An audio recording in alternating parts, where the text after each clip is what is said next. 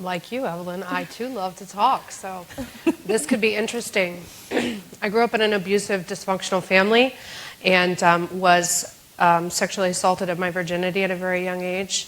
It led me with a lot of vulnerabilities, and I ended up having some domestic violence relationships, which led me to my knight in shining armor, my Prince Charming. And I was then groomed into a life that I never knew existed at that point through fraud, manipulation, coercion, emotional fulfillment, as well as a drug addiction as well that was used to lure me in into this relationship and grooming process. It then changed the dynamics of things when another female and my original trafficker approached me and got me tied into debt bondage, more manipulation, coercion, fraud. That led me into a life of being sexually exploited. At the age of 25 years old, there was a lot of things that tied into my story, including delivering my own child on the streets. I was kidnapped by a fellow trafficker, held hostage. I was raped with a butcher knife, one of the many assaults that took place, beat, threatened violently. I was terrified. However, I had a life-changing, pivotal moment after that rape with a butcher knife, and was able to escape that life of enslavement. I realized that Prince Charming was my captor after he sold me to a gang. And after my escape, I started to rebuild my life, which is a very hard, difficult struggle. And I was really caught up because I was still psychologically enslaved. See, each time that I was traded off from my original trafficker to the gangs, what have you, I was branded. I was marked as cattle, as property, and of who my owner was and who I belonged to.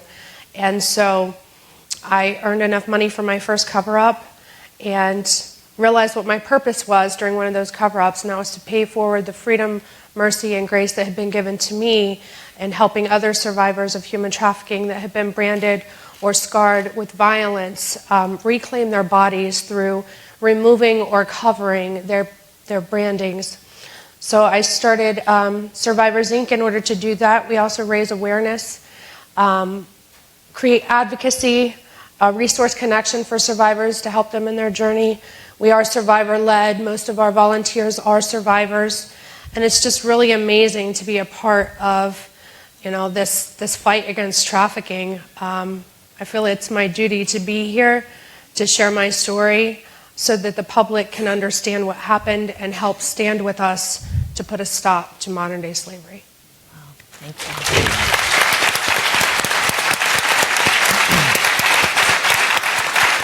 My escape was only an act of mercy from my Creator.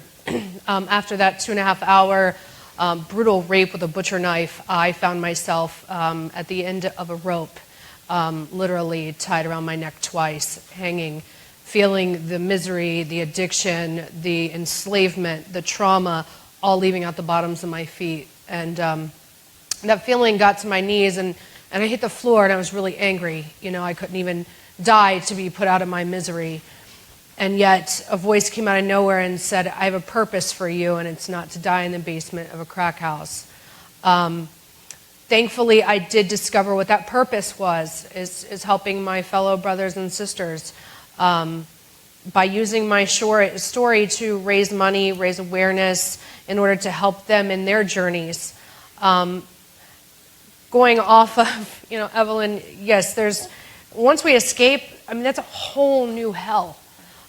It's not easy, you can rescue us all you want. That's not what we need. We need opportunity. We need opportunities not just for counseling, and we don't want your pity. We don't want your sensationalized story seeking coming our way. We want jobs. We want education. We want choices. We want our children back. I know some of my post issues, You know, I have $20,000 worth of child support debt that's owed because I was enslaved. I can't get a passport. I can't leave this country.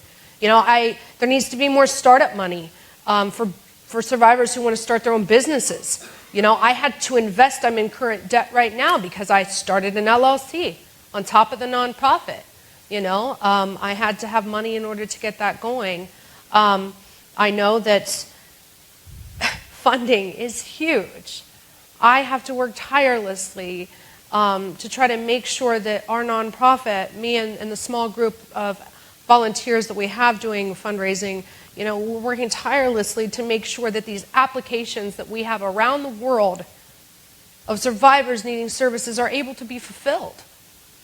But some of these bigger NGOs are getting it and only putting 12 cents the dollar towards direct services. That's not okay.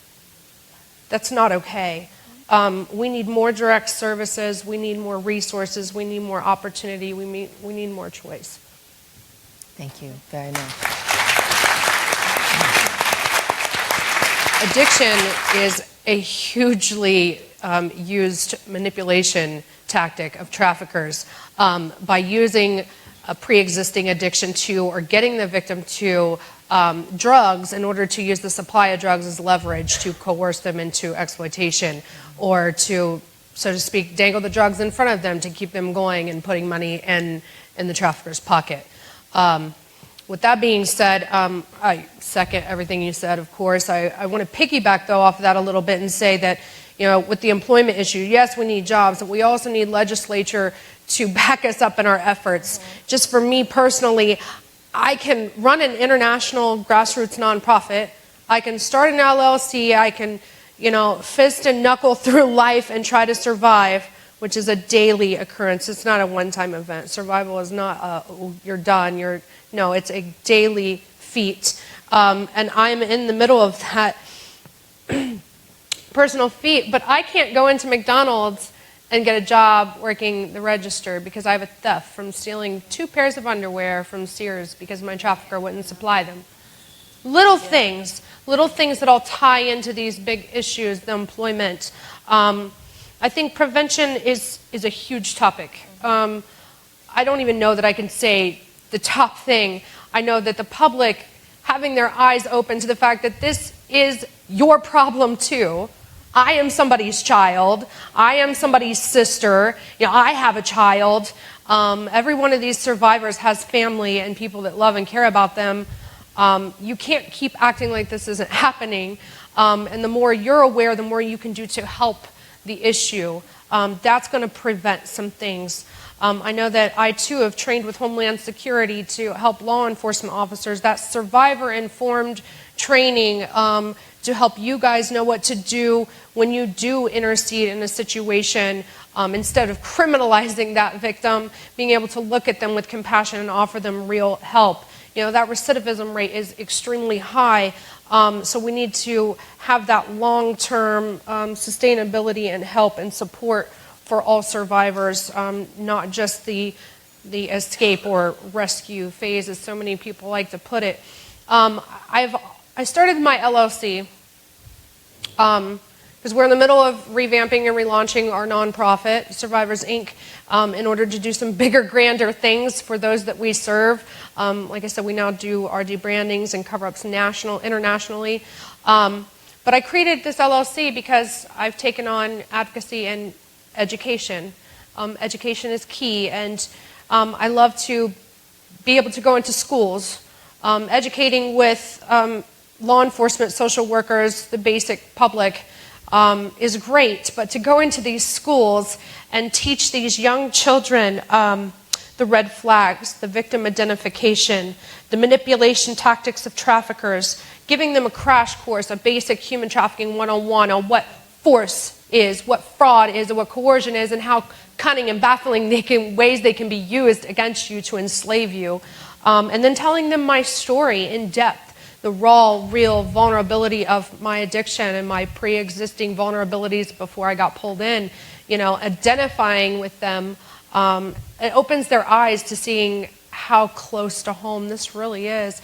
And there's always handfuls of students that say, this is happening to me or my mom or my little brother. And so we have to look beyond the textbook with our children and teach them real life experiences. You're not protecting them by shielding them from this problem. You're not protecting the problem by shielding your own eyes. You're aiding the problem.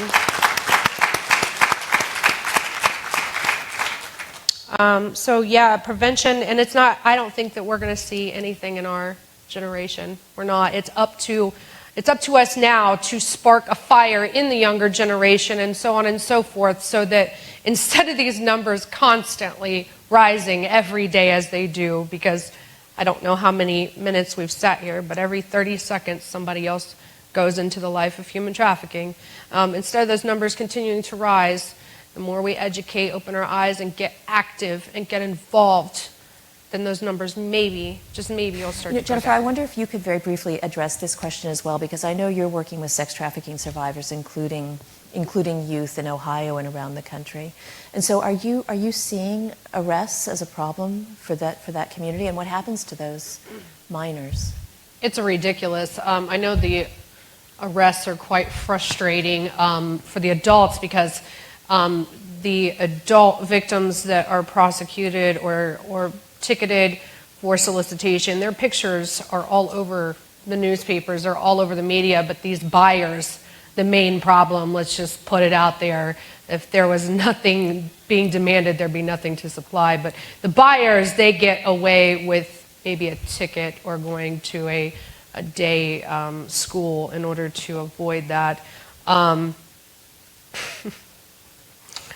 Have you seen any? I have actually, I'm sorry, I lost my train of thought for a second. I've actually worked with a minor who was being held and criminalized in a lockdown facility, an institution, and when her family called me in and I heard details, I was shocked, but it was the moment sitting in the courtroom with this minor and hearing a judge, a female judge, threaten this female minor victim whose traffickers were being looked into, and that's still an open investigation. I can't speak much on that, but they are trying to prosecute this minor's traffickers, which is a hard task in itself. I mean, society doesn't believe it's a problem, so why would they convict him of it?